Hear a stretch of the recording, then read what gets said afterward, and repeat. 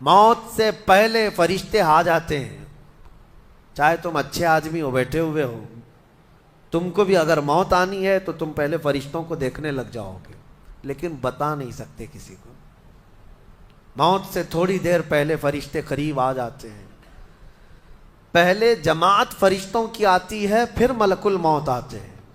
ملک الموت ان فرشتوں کے بیچ آتے ہیں. جیسے ہی یہ مرنے والا آدمی ملک الموت کو دیکھ لیتا ہے، پھر اس کے جسم میں کپ کپی طاری ہو جاتی ہے. اور ایسی کپ کپی طاری ہوتی ہے کہ کبھی پیشاب نکل جاتا ہے، کبھی پخانہ نکل جاتا ہے. اکثر دیکھنا مرنے والوں کی نجاست نکل جاتی ہے. ملک الموت کو وہ بہت قریب سے دیکھتا ہے، اور ان کی دو شکلیں ہیں. ایک بہت بھیانک شکل ہے، اس کو دیکھنا ہی عذاب ہے، اور ایک بہت خوبصورت شکل ہے، ان کو دیکھنا ہی رحمت ہے. وہ نیک بندوں کی روح نکالنے کے لیے جب جاتے ہیں تو خوبصورت شکل میں جاتے ہیں، اور جب گنہگاروں کی روح نکالنے جاتے ہیں تو بھیانک شکل میں جاتے ہیں. اور ان کو دیکھتے ہی مرنے والے کا جسم پیلا پڑ جاتا ہے، پیشانی اکھڑ جاتی، آنکھیں پھٹی رہ جاتی، اور پھر خرخرا آنے لگ جاتا ہے، یعنی خرخر کی آواز تیز ہو جاتی ہے. وہ بولنا چاہتا ہے اپنے پاس والوں کو، لیکن بول نہیں سکتا، بند ہو جاتا ہے. یہ وہ وقت ہے جب اس کے توبہ کا دروازہ بھی بند ہو جاتا ہے. اب اگر فرشتوں کو دیکھ کر کوئی توبہ بھی کر لیا، ایمان لایا، تو اس کا ایمان قبول نہیں. اس وقت سے پہلے پہلے تک جو بھی ایمان لایا یا توبہ کیا، اس کی توبہ قبول ہے. لیکن موت کا خرخرا آ گیا اور فرشتوں کو دیکھ لیا، اس کے بعد بہت سارے کافر بھی پکاریں گے کہ ہم ایمان لاتے ہیں اللہ پر. نہیں، اب ایمان قبول نہیں ہوگا. موت اتنی آسانی سے نہیں آتی، اس کا پروسیس ہے. فرشتے آتے ہیں، ملک الموت آتے ہیں، پھر اس کے بعد اس کو گھور کر دیکھتے ہیں، پھر اس کو چت لٹا دیا جاتا ہے، یا جس حالت میں بھی ہے وہ گر جاتا ہے. کھڑا ہے تو گرتا ہے، بیٹھا ہے تو گرتا ہے، موت آنے سے پہلے لڑک جاتا ہے. یہ ضروری بھی نہیں ہے کہ آج میں اپنے آپ کو سنبھال کر بیٹھا ہوں. اگر میری موت آنی ہے، اسی کرسی سے گر جاؤں، اسی جگہ سے ہم گر جائیں گے. اور اس کے بعد ملک الموت روح کھینچنا شروع کرتے ہیں. پیروں کے ناخنوں سے لے کر، ہاتھوں کے ناخنوں سے لے کر، اس کے جسم کے ہر حصے سے لے کر ناک تک کھینچتے ہوئے لاتے ہیں. اور اس کے بعد جب پوری روح نکل جاتی ہے، وہ لے کر کے چلتے رہتے ہیں، اور مردہ ان کو جاتے ہوئے دیکھتا رہتا ہے. آنکھیں سب سے لاسٹ میں کھلی رہتی. کسی بھی مرنے والے کی آنکھیں بند نہیں رہتی، کھلی رہتی، وہ دیکھتا رہتا ہے. اسی لیے حدیث پاک میں ہے، جب کسی کی روح نکل جائے تو سب سے پہلے تم اس کی آنکھیں بند کر دو. ہمیں بند کرنا ہوتا ہے، اور اس کے بعد منہ بھی کھلا رہ جاتا ہے، منہ اوپن رہ جاتا ہے. فرمایا گیا منہ کو دبا کر بند کر دو. یہ سب نشانیاں ہیں میرے عزیزوں موت کی سختیوں کی. آپ کو پتہ ہے جب رسول کریم صلی اللہ تعالی علیہ وسلم کی وفات آئی، اللہ اکبر، نزع کا عالم اتنا سخت تھا کہ بار بار حضور اکرم صلی اللہ علیہ وسلم کو پورے پانی کے مٹکے انڈیل دیے جا رہے تھے. 3 مٹکے حضور پر انڈیل دیے گئے موت سے پہلے. اور حضور اس کے بعد تھوڑا آرام محسوس کرتے، اور پھر شدت کا بخار. اور وہ آخری وقت تھا جب حضرت فاطمہ آپ کے پاس آئی تھی. حضور نے ان کے کان میں بتا دیا، وہ رونے لگ گئی. کیا کہا تھا؟ حضرت فاطمہ کہتی ہیں حضور نے فرمایا، اے فاطمہ اب میں جا رہا ہوں، میرا آخری وقت ہے. پھر ایک دوسرے کان میں ان سے کہا، میرے خاندان میں سے سب سے پہلے تم مجھ سے ملنے والی. آج یوم فاطمہ بھی ہے، سیدہ کائنات کا آج یوم وصال ہے، 4 رمضان المبارک. تو رسول کریم صلی اللہ تعالیٰ علیہ وسلم حضرت عائشہ صدیقہ کے سینے سے سر لگا کر لیٹے ہوئے تھے. حضرت عائشہ فرماتی ہیں، سنو، مجھے پتہ ہی نہیں تھا. حضور حضرت عائشہ سے زیادہ محبت کرتے تھے، اسی لیے آخر وقت میں حضرت عائشہ کے ہی حجرے میں رہنے لگے، باقی دوسری بیویوں کے یہاں نہیں جاتے. حضرت عائشہ کہتی، میں حضور اکرم صلی اللہ تعالیٰ علیہ وسلم کو کبھی مسواک دے رہی، کبھی پانی کے چھڑکاؤ کر رہی. تھوڑی دیر کے بعد حضور اکرم صلی اللہ تعالیٰ علیہ وسلم لیٹے لیٹے اسی طرح رہ گئے۔ حضرت عائشہ کہتی ہے میرے سینے پر حضور کا سر تھا، وہ اتنا بھاری ہو گیا مجھے لگتا تھا کہ میری پسلیاں ٹوٹ جائیں گی۔ یہ حضرت عائشہ کہتی ہیں مجھے ایسا لگتا تھا کہ میری پسلیاں ٹوٹ جائیں گی۔ ہوا کیا تھا؟ حضرت عائشہ فرماتی ہیں دروازے پر جبرائیل امین آئے، روح نکلنے سے پہلے کی بات ہے۔ حضرت عائشہ فرماتی ہیں حضور کے پاس جبرائیل آخری بار آئے، وہ غمگین حالت میں آئے یا جس حالت میں ہو۔ حضرت رسول کریم صلی اللہ علیہ وسلم سے عرض کرنے لگے یا رسول اللہ، دروازے پر موت کا فرشتہ کھڑا ہے، آپ کی اجازت چاہتا ہے، اگر آپ اجازت دے دیں تو وہ آئے گا اور آپ کی روح پاک کو اللہ کے حضور لے جائے گا۔ اور یا رسول اللہ، آج سے پہلے اس فرشتے نے کسی سے اجازت نہیں لی اور قیامت تک کسی کی روح نکالنے کے لیے وہ اجازت لے گا بھی نہیں۔ یہ صرف رسول پاک کی خصوصیت تھی۔ حضور نے فرمایا آنے دو۔ ملک الموت آئے اور جب حضور کی اجازت سے روح نکالی تو حضرت عائشہ کہتی ہیں اتنا بھاری ہو گیا تھا سر کہ مجھے لگتا تھا کہ میری پسلیاں ٹوٹ جائیں گی سینے کی۔ اور اس کے بعد حضرت عائشہ فرماتی ہیں میں نے حضور کے سر مبارک کو نیچے کی طرف کیا، مجھے پتہ بھی نہیں تھا کہ حضور کا انتقال ہوا۔ میں حضور اکرم صلی اللہ علیہ وسلم سے باتیں کرنے میں مصروف تھی، اسی میں حضرت ابو بکر صدیق حجرے میں آئے، پوچھا عائشہ کیا حال ہے حضور کا؟ حضور اکرم صلی اللہ علیہ وسلم کو دیکھا حضرت ابو بکر نے اور پیشانی مبارکہ پر ہاتھ رکھا تو وہ بہت ٹھنڈی تھی، ماتھے کو بوسہ دیا اور ایک آہ بھری اور ایک جملہ کہا تھا یا رسول اللہ، ایک بار موت آنی تھی وہ آپ پر آ گئی، اب موت کی سختی اللہ دوبارہ کبھی آپ کو نہیں عطا کرے گا۔ موت کی سختی کیونکہ حضور کو انہوں نے دیکھا تھا، کئی دنوں سے تکلیف تھی، 13 دن تک حضور پاک صلی اللہ علیہ وسلم کو تکلیف تھی، 13 دن تک۔ حضرت ابو بکر کہتے ہیں یا رسول اللہ، اب موت کی سختی دوبارہ کبھی نہیں آئے گی، جو اللہ کا وعدہ تھا وہ پورا ہو گیا۔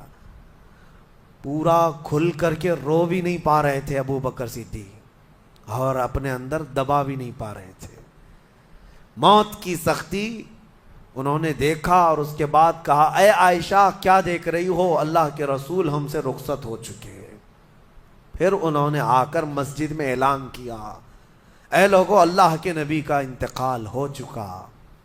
اب مجھے یہاں یہ بتانا ہے اگر موت سے کوئی بچ سکتا تھا تو سب سے پہلا نمبر تو رسول اللہ کا ہونا چاہیے تھا، کیونکہ اللہ کے سب سے محبوب نبی وہی ہیں۔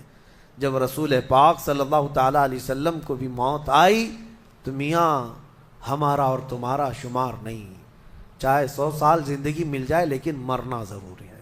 بہرحال یہ باتیں بڑی طویل ہو جائیں گی۔ موت کا تذکرہ اس لیے بھی میں زیادہ کرتا ہوں کہ حدیث پاک میں ہے مومنوں کو یہ تذکرہ کرو تاکہ ان کو گناہوں سے نفرت پیدا ہو جائے اور آخرت کے سفر کی تیاری وہ شروع کریں۔ اللہ کریم ہم سب کو دنیاوی خرافات سے محفوظ فرمائے، دنیا کی لذتوں سے اور یہ فانی خرافات میں مبتلا ہو کر آخرت بھولنے سے اللہ ہماری حفاظت فرمائے۔ مولا کریم جب ہماری موت آنے کو ہو تو ہماری زبانوں پر کلمہ طیبہ جاری فرما دے۔ رب ذوالجلال موت سے پہلے تیرے حبیب پاک کے چہرے کی زیارت نصیب فرما۔ اے کریم خدا، کیا ہی بہتر ہوتا، میں گنہگار ہوں اور بڑے مرتبوں کی خواہش، تو کریم ہے خدایا، تیری بندہ پروری ہے، کیا ہی بہتر ہوتا مولا کہ موت آئے تو رمضان کا مہینہ مل جائے، جمعۃ المبارکہ مل جائے۔ مولا تیرے وعدے کے مطابق ہم قبر کے عذابات اور سوالات سے محفوظ ہو جائیں۔ اے اللہ، آج کی اس تفسیر پاک میں تیری جلال و جبروت اور تیری عزت کا وسیلہ لیتے عرض کرتا ہوں، ہم میں سے جو رخصت ہو چکے ہیں، ہمارے آبا و اجداد، ہمارے باپ، ہماری مائیں، ہمارے رشتہ دار جو قبروں میں برسوں سے اب آرام کر رہے ہیں، اے اللہ تو اس رمضان کے صدقے ان کی مغفرت فرما دے۔ اے کریم خدا، ہمارے گھروں میں عید آ جاتی ہے، رمضان کے آتے ہی دسترخوان بھر جاتے ہیں، ہمارے گھروں میں خوشیاں دوبالا ہو جاتی ہیں، ہمیں نہیں معلوم قبروں والوں کے ساتھ کیا ہوتا ہے، ہمیں پتہ نہیں قبرستان میں ان کے ساتھ کس طرح کی راتیں ہیں اور کس طرح کے دن ہیں۔ اے کریم خدا، تجھے تیرے جلال و جبروت اور تیری عزت کی قسم، جو مومنین ہم سے رخصت ہوئے، ہمارا کسی بھی طرح کا ان سے تعلق رہا ہو، مولا اس عید سے پہلے ان کو جنتی خانے نعمت عطا فرما دے۔ اے اللہ ان سب کو بھی رمضان کی بہاریں عطا فرما۔ تم جہاں کہیں پر بھی جاؤ موت تمہیں آ کر پکڑے گی۔ بروج مشیدہ کا مطلب ہوتا ہے بہت ہی پکے محل میں بھی اگر تم بیٹھ جاؤ، بہت مضبوط محل میں تم بیٹھ جاؤ، موت آنا ہے وہاں پر بھی آئے گی۔ ہم نے دیکھا ہے بڑے بڑے محلات میں رہنے والے بھی، اور جنہوں نے آسمان چھوتی ہوئی عمارتیں بنائی وہ بھی موت کے ہتھے چڑھی گئے۔ موت تو آنا ہے۔ آج ہمارا حال یہ ہوتا ہے کہ دنیا میں اس قدر مصروف ہو جاتے ہیں کہ موت کو بھول جاتے ہیں۔ تمہیں پتہ بھی ہے کہ اچانک آنے والی یہ موت بالکل مہلت نہیں دیتی، بالکل مہلت نہیں دیتی۔ آپ اگر آس پاس میں اپنی نظریں ڈالیں تو آپ کے دوستوں میں کئی جا چکے ہوں گے، جن کی عمر زیادہ نہیں تھی وہ جا چکے۔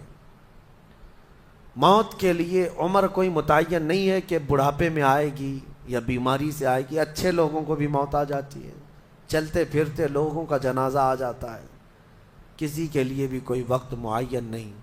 اور قرآن میں اللہ تعالیٰ یہ فرماتا ہے اگر بندہ موت سے بھاگنے کے لیے، جس کو کہتے ہیں پریکاشن لینا، کہیں جا کر کے محفوظ مقام پر چھپنے کی کوشش کرتا ہے، وہ آئے گی موت۔ بزرگوں نے ایک حکایت لکھی ہے کہ ایک بادشاہ کو نجومیوں نے بتایا تھا کہ فلاں دن تمہاری موت آنے والی ہے۔ نجومی ستاروں کا علم جاننے والے اٹکل پچھو سے کچھ نہ کچھ تو بتا دیتے تھے۔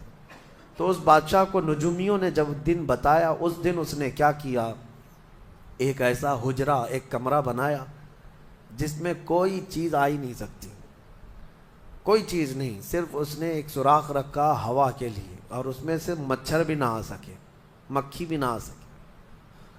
اس حجرے کے اندر وہ چلا گیا۔ وہ پورا دن اس کو تھا کہ میں موت کو چکما دے دوں گا۔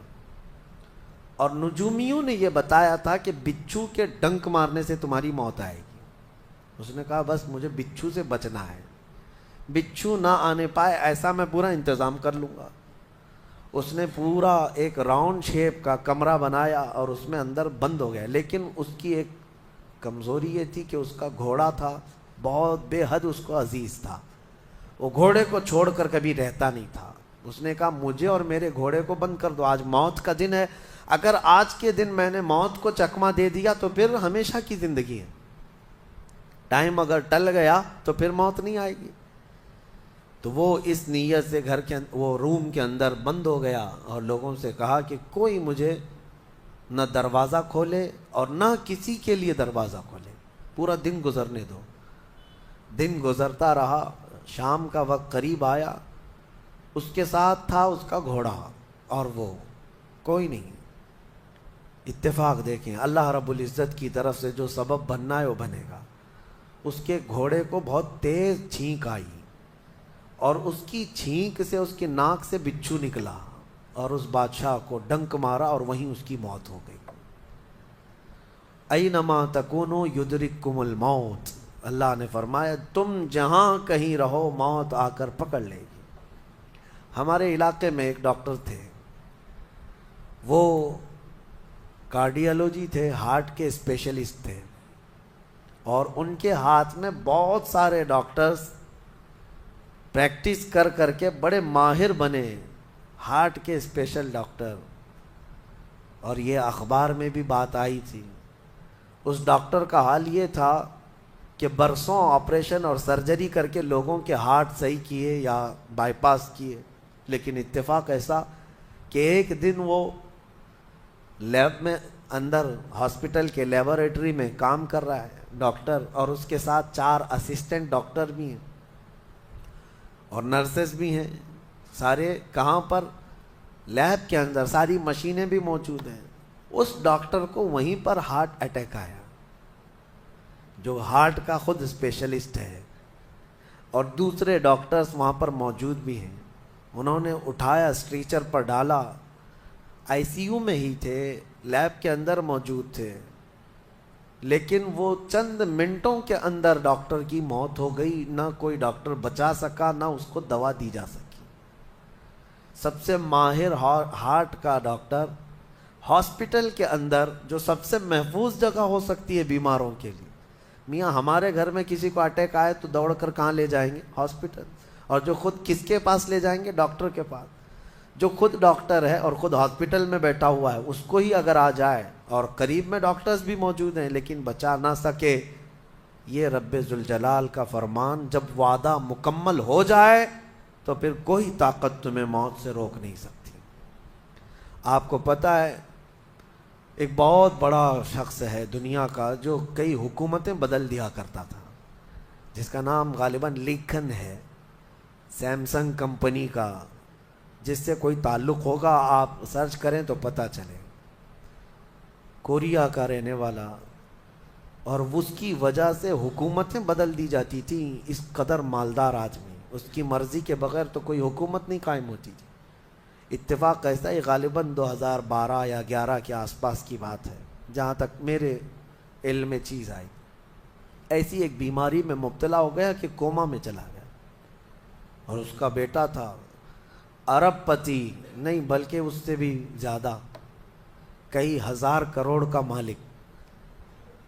پوری دنیا بھر کے ڈاکٹرز کو بلایا گیا اس کو بستر سے اٹھانے کے لیے، لیکن کوئی ڈاکٹر نہیں اٹھا سکا۔ کروڑوں کی فیس لی ڈاکٹرز نے، ہر طرح کا علاج کیا، 4 سال تک وہ بستر پر لگا رہا، اس پر نہ جانے کتنی دولت خرچ ہوئی۔ اخیر میں ڈاکٹروں نے کہا، اربوں روپیے اس کے بستر سے اٹھانے کے لیے جنہوں نے خرچ کیا تھا، بیٹے نے خرچ کیا تھا، ڈاکٹروں نے اخیر میں ہاتھ اٹھا کر کہا، اب تیرے باپ کو کوئی نہیں کھڑا کر سکتا، اس کی موت آ چکی ہے، موت ہو گئی۔ میں یہ کہنا چاہتا ہوں، اللہ نے فرمایا تم مضبوط سے مضبوط محل کے اندر کیوں نہ ہو، موت آئے گی۔ مجھے بتاؤ، جس کے پاس دنیا کا اتنا مال پڑا ہوا ہو، وہ کیوں نہیں خرید سکا کوئی ایسی دوا جو اس کو بستر سے کھڑا کر سکے؟ یاد رکھیں میرے عزیزو، دنیا کی ساری چیزیں اسی کی طرح دھری کی دھری رہ جائیں گی۔ جس وقت ہمارا بلاوا آ جائے، تم قریب میں لوگوں کو دیکھتے رہ جاؤ گے اور آنکھیں تمہاری کھلی رہ جائیں گی۔ اسی لیے میرے آقا صلی اللہ علیہ وسلم خود فرماتے ہیں، میں ایک سجدے میں جاتا ہوں تو مجھے اس بات کا یقین نہیں ہوتا کہ دوسرے سجدے تک میں زندہ رہوں گا۔ یہ سید الانبیاء فرما رہے ہیں، رسول رحمت فرما رہے ہیں۔ اور جس طرح سے آج ہم اپنی موت کو بھول بیٹھے ہیں، گناہوں کی کثرت ہو جاتی ہے، نفس غالب آ جاتا ہے، عیاشیاں شروع ہو جاتی ہیں۔ موت کا خوف ایسا ہے کہ خود میرے آقا نے فرمایا، سب سے بہترین نصیحت کرنے والا تمہاری زندگی میں اگر کوئی ہے تو موت ہے۔ لوگوں کے جنازے دیکھو اور ان کی بے بسی دیکھو، ان کی مجبوری دیکھو، اور اس کے بعد تم بھی محسوس کرو کہ تمہارے ساتھ بھی یہی کیفیت ہوگی۔ وہ چھوٹی سی قبر، وہ چھوٹی سی ایک ایسی قبر جس میں نہ چٹائی، نہ تکیا، نہ اوڑھنا، نہ بچھونا، اور ہاتھ چوڑے کرو تو قبر کی دیواریں لگنے لگ جائے، ہاتھ اٹھاؤ تو اوپر کی تختیاں لگنے لگ جائیں۔ ممبئی والوں کو تو اور بھی چھوٹی قبر ملتی ہے، یہاں تو اتنی چھوٹی ہے کہ ٹیمپرری کھودی جاتی ہے کہ 6 مہینے بعد پھر نکال دینا ہے۔ میرے عزیزوں، اس ایک چھوٹی سی قبر کے اندر تمہیں برسوں بتانا ہے، برسوں بتانا ہے، اس جسم کے ساتھ وہیں سونا ہے۔ کبھی میں سوچتا ہوں، ہماری آنکھیں اگر بند ہو جائیں اور ہمیں پتہ چلے کہ باہر فلاں فلاں چیزیں ہو رہی ہیں اور ہم کھولنا چاہیں نہیں کھلتی تو بے چینی ہونے لگ جاتی ہے، گھبراہٹ سی ہونے لگتی ہے۔ قبر میں یہی حال ہوگا کہ تمہارے اطراف ہونے والے سارے معاملات تمہیں پتہ ہوں گے، حتیٰ کہ حضور فرماتے ہیں قبرستان میں چلنے والے کے پیروں کی آواز تک تم سنو گے۔ مردہ سنتا ہے، سلام تو دور کی بات ہے، پیروں کے چلنے کی آواز بھی سنتا ہے، اور جب سنتا ہے سارے معاملات لیکن آ نہیں سکتا باہر، کسی کو کچھ کہہ نہیں سکتا، بول نہیں سکتا۔ کیسی بے چینی ہوگی، وہ کیسی گھبراہٹ ہوگی۔ بڑے بڑے اولیاء اکرام، حتیٰ کہ سیدنا عثمان ابن عفان رضی اللہ تعالیٰ عنہ، داماد رسول، امیر المومنین، خلیفہ رسول، جب رات کے وقت مصلی پر کھڑے ہوتے اور قبر کی کوئی آیت تلاوت کرتے تو اتنا روتے تھے کہ ان کا مصلی آنسوؤں سے بھیگ جاتا تھا. صبح ان کے مصلی کو نچوڑ کر سکھایا جاتا تھا. لوگ ان سے پوچھتے آپ قبر کے متعلق اتنا خوف زدہ کیوں ہو جاتے ہیں؟ مرنا تو سب کو ہے. حضرت عثمان غنی فرماتے یہ ہماری پہلی منزل ہے، اگر یہ نکل گئی تو ساری منزلیں آسان ہیں. اینما تکونوا یدرککم الموت، اللہ فرماتا ہے. اور کئی جگہ قرآن میں یہ آیتیں آئی ہیں میرے عزیزوں. جانا ہم سب کو ہے، بہت تھوڑے ہی دنوں کے بعد آخرت کے سفر کی طرف رواں دواں ہیں.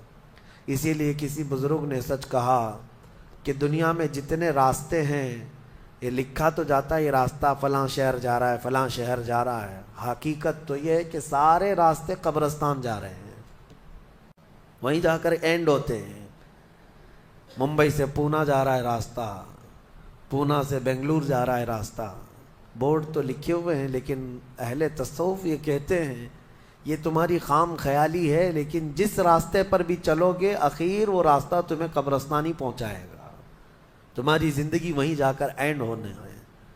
اسی لیے میرے عزیزوں ہمیں زیادہ دنیا میں اتنا پھیلانے کی ضرورت نہیں. آخرت کے سفر کی طرف تیاری بھی ہو.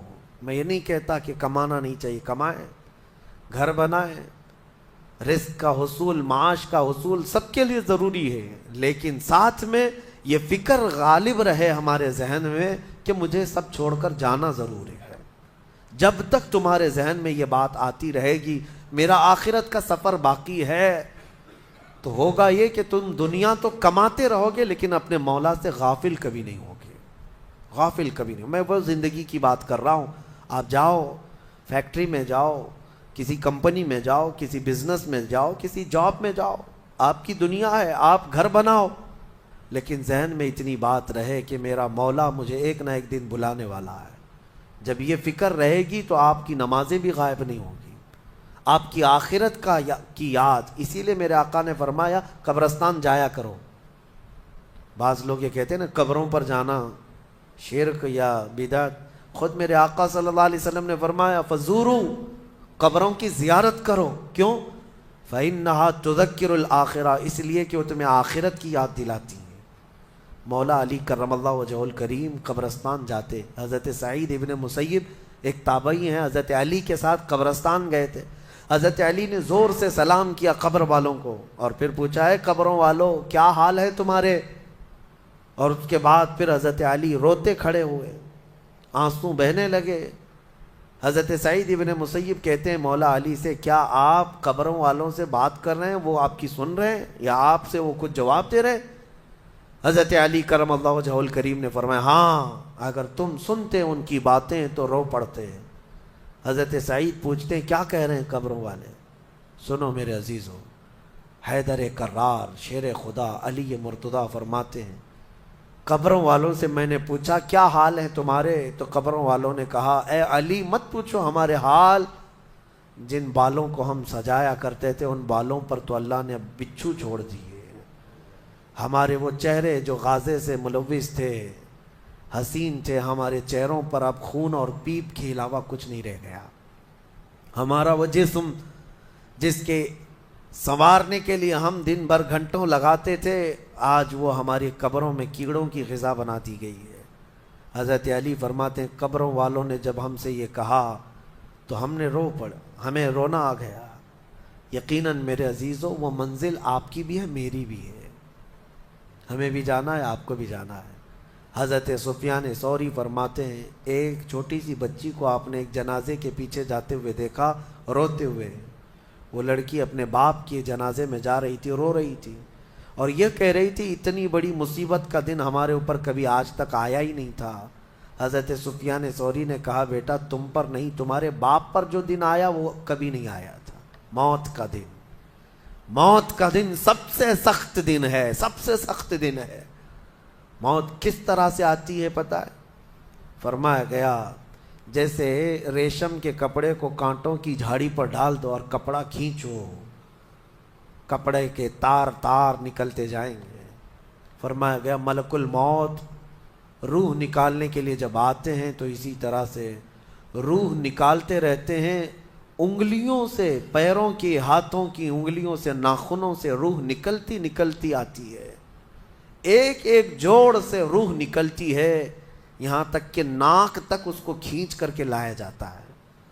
اور قرآن میں اللہ فرماتا ہے تم اگر دیکھو گے کہ روح کیسی نکالی جا رہی ہے، یضربون وجوہہم وادبارہم، فرشتے آتے ہیں پیٹھ پر، پیچھے مارتے ہیں، زور زور سے مارتے ہیں، اور پیشانیوں پر مارتے ہیں، اور یہ کہتے ہیں اے نکل جا روح۔ اللہ فرماتا ہے تم اگر دیکھو گے کہ فرشتے کس طرح روح نکالتے ہیں تو کانپ کر رہ جاؤ گے، مار مار کر کے روح کو نکالا جاتا ہے۔ اور یہ چھوٹا سا وقت نہیں ہے، ادھر جھٹکا لگا ادھر موت ہو گئی، لمبا پروسیس ہے، اس سے جو گزرتا ہے وہی بتا سکتا ہے۔ بعض لوگوں کو ایسا لگتا ہے زہر کھا لیا ابھی موت ہو گئی، سوسائڈ کر لیا ابھی موت ہو گئی۔ موت اتنی آسانی سے نہیں آتی، لمبا پروسیس ہے۔ کچھ عورتیں ایسی ہیں جو تم پر حرام کی گئی ہیں ہمیشہ ہمیش کے لیے، ان سے کبھی نکاح نہیں ہو سکتا۔ ان کا بیان ہے، وہ کون سی عورتیں ہیں؟ اللہ تعالیٰ فرماتا ہے حرمت علیکم امہاتکم و بناتکم و اخواتکم و عماتکم و خالاتکم، یہاں تک تمہارے اوپر تمہاری مائیں حرام ہیں، ماں سے کبھی نکاح نہیں کر سکتا، اور تمہاری بہنیں تمہارے لیے حرام ہیں، مائیں حرام ہیں، بہنیں حرام ہیں، بیٹیاں تمہارے اوپر حرام ہیں، اپنی بیٹی سے کوئی نکاح نہیں کر سکتا۔ تمہاری پھوپھیاں اور تمہاری خالائیں، یہ وہ جو ابد الآباد ہمیشہ ہمیش کے لیے تم پر حرام ہیں، ان کو محرم عورتیں کہا جاتا ہے، ان سے پردہ بھی نہیں ہے، باپ کا اپنی بیٹی سے نہیں ہے، بیٹے کا اپنی ماں سے نہیں ہے، اسی طرح بہن کا بھائی سے نہیں ہے، یہ محرم عورتیں ہیں جن سے نکاح کبھی نہیں ہو سکتا۔ اس کے علاوہ کچھ اور بھی ہیں، یہ 5 تو میں نے بتایا، ماں، بیٹی، بہن، پھوپھی اور خالہ، یہ 5 ہوئی۔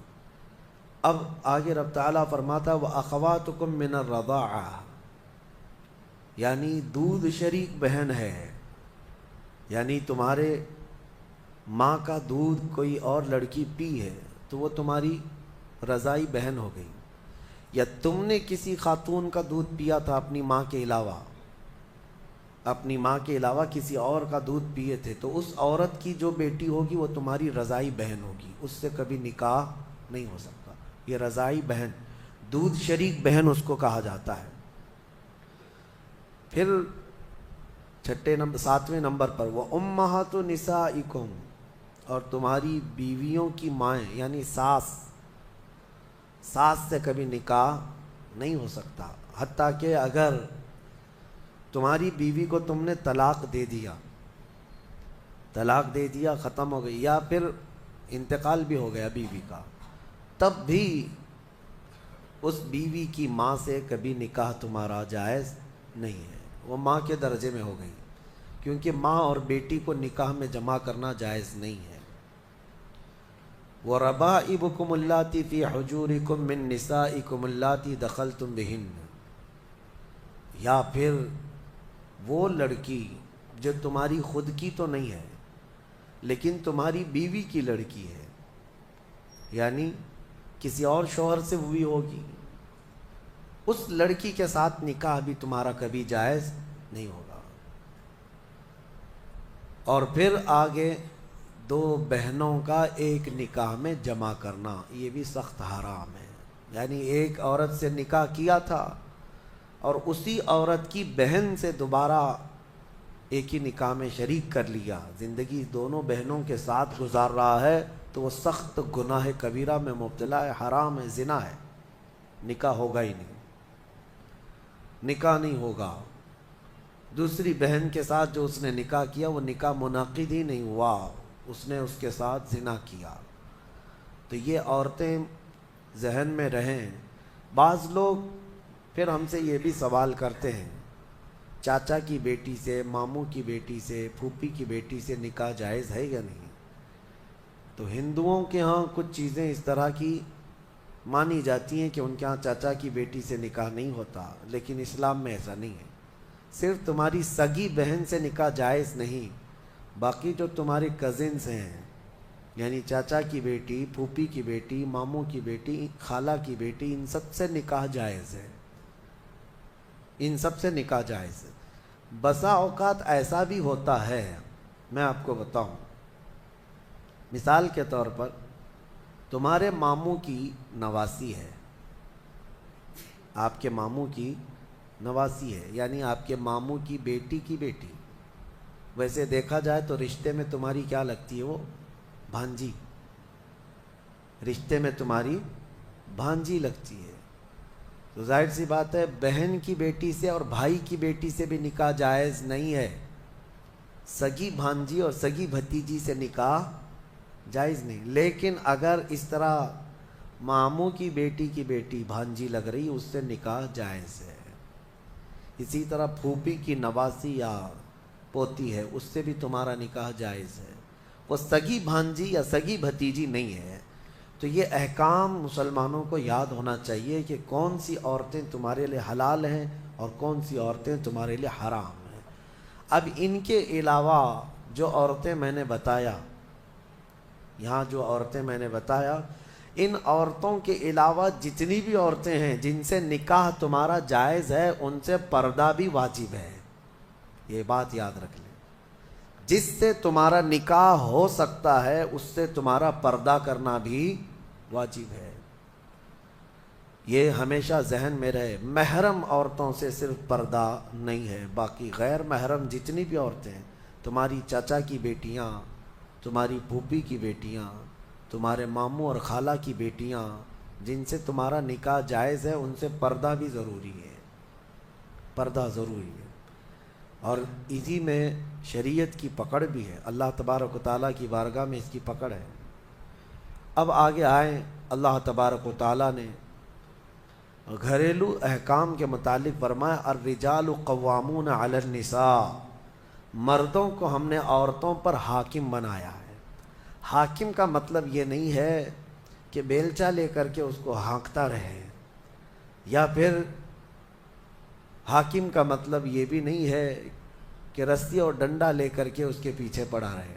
حاکم کا مطلب یہ ہے کہ مرد کو معاش کی تمام ذمہ داریاں دی گئی ہیں، گھر چلانا، گھر کا خرچہ لانا، یہ مرد کی ذمہ داری ہے، اور گھر گرہستی جو اندر کے معاملات سنبھالنا، یہ عورت کے کام ہے۔ اگرچہ آج زمانے میں بدل گیا، کچھ مرد گھر میں بیٹھے ہیں اور عورتیں کام پہ ہیں، انہوں نے فطرت قانون کا بدل لیا ہے۔ اب یہاں پر کچھ لوگ یہ سوال بھی کرتے ہیں کیا عورت کا کمانے کے لیے نکلنا جائز ہے یا نہیں ہے؟ اس سلسلے میں آپ کو بتا دوں، عورت اگر شریعت کی پابندیاں کرتی ہے اور حدود شرع میں رہ کر کے کوئی جاب اس کو لگتی ہے یا کوئی کام کرتی ہے تو بالکل اس کے لیے جائز ہے، کوئی حرج نہیں۔ عورت کا کمانا اسلام میں کہیں پر بھی یہ نہیں کہا گیا کہ ناجائز ہے، جائز ہے، لیکن اس کے شریعت کے جو تقاضے ہیں اگر وہ پورا کر سکتی ہے تو دونوں کو ساتھ میں لے کر کے چلنا چاہے تو چل سکتی ہے۔ لیکن اللہ نے جو قرآن میں فرمایا مردوں کو عورتوں پر حاکم بنایا گیا، مردوں کو عورتوں پر حاکم بنایا گیا، اور اسی سے آپ کو یہ سمجھ میں آ جانا چاہیے کہ آپ کے لیے نان و نفقہ لانا، گھر بنانا، گھر کے اخراجات لانا، یہ مردوں پر ہے۔ کچھ بیچارے بھیکاری لوگ ہیں جو عورتوں کے اوپر اس قدر ظالم بن کر کے بیٹھے ہوتے ہیں کہ وہ سارا خرچہ سسرال سے ہی چاہتے ہیں کہ عورت کا جو مائکہ ہے یا اس کا مرد کا جو سسرال ہے وہیں سے وہ سب کچھ لانا چاہتے ہیں۔ اور ہمارے ہاں شادیوں میں بھی یہی رواج بہت زیادہ ہے، بہت سارے لوگ شادی اس لیے بھی کرتے ہیں کہ بہت زیادہ جہیز لائے گی عورت، بائک لائے گی، کار لائے گی، اسی لالچ میں شادی کرتے ہیں۔ میرے عزیزوں، مرد اللہ نے تمہیں بنایا ہے، تم اپنے ہاتھوں سے کماؤ اور عورت کو کھلاؤ، ایک صدقے کا ثواب ہے۔ اور نہیں کر سکتے تو جہیز کیوں مانگتے ہو؟ مسجد کے باہر کھٹوری لے کے بیٹھ جاؤ، روز آنے جانے والے کچھ نہ کچھ ڈالیں گے، وہ اور زیادہ بن جائے گا۔ بات سیدھی سی ہے، کچھ لوگ آفیشیل طریقے سے مانگتے ہیں اور کچھ لوگ اندر میز کے اندر سے مانگتے ہیں، دونوں مانگنے والے ایک ہی ہیں، بھکاری ہیں۔ مردوں کو اللہ تبارک و تعالیٰ نے اس کا حکم نہیں فرمایا۔ عرب میں جا کر کے دیکھیں، شادی کرنے کے لیے جب ہم وہاں یہ کہتے ہیں کہ ہندوستان میں عورت جہیز لاتی ہے، عورت کا باپ کپڑے بھی دیتا ہے، پیسہ بھی دیتا ہے، تو وہ اچھل جاتے ہیں، کیا ایسا بھی ہوتا ہے؟ ہم کو لے چلو، ہمیں وہاں سے شادی کروا دو۔ اس کی وجہ یہ ہے کہ عرب میں آج بھی مہر بہت اونچا ہوتا ہے۔ صرف سعودی کا مہر 50,000 ریال عام عورتیں مانگتی ہیں۔ عام عورتیں 50,000 ریال کی بات کر رہا ہوں، تقریباً 11-12 لاکھ روپے ہو جاتے ہیں۔ تو نارمل مہر جو ہے یہ رکھا جاتا ہے۔ پھر مرد کے اوپر یہ ضروری ہوتا ہے وہ اپنے باپ کے گھر میں نہ لے جائے شادی کر کے، خود کا گھر ہو تو شادی کر۔ یہ سارے وہاں پر ضروریات رکھے گئے۔ بہرحال ہمارے ہاں اگرچہ یہ دوسری قوموں سے رواج آ گیا ہے، لیکن آپ کو بدلنے کی ضرورت ہے۔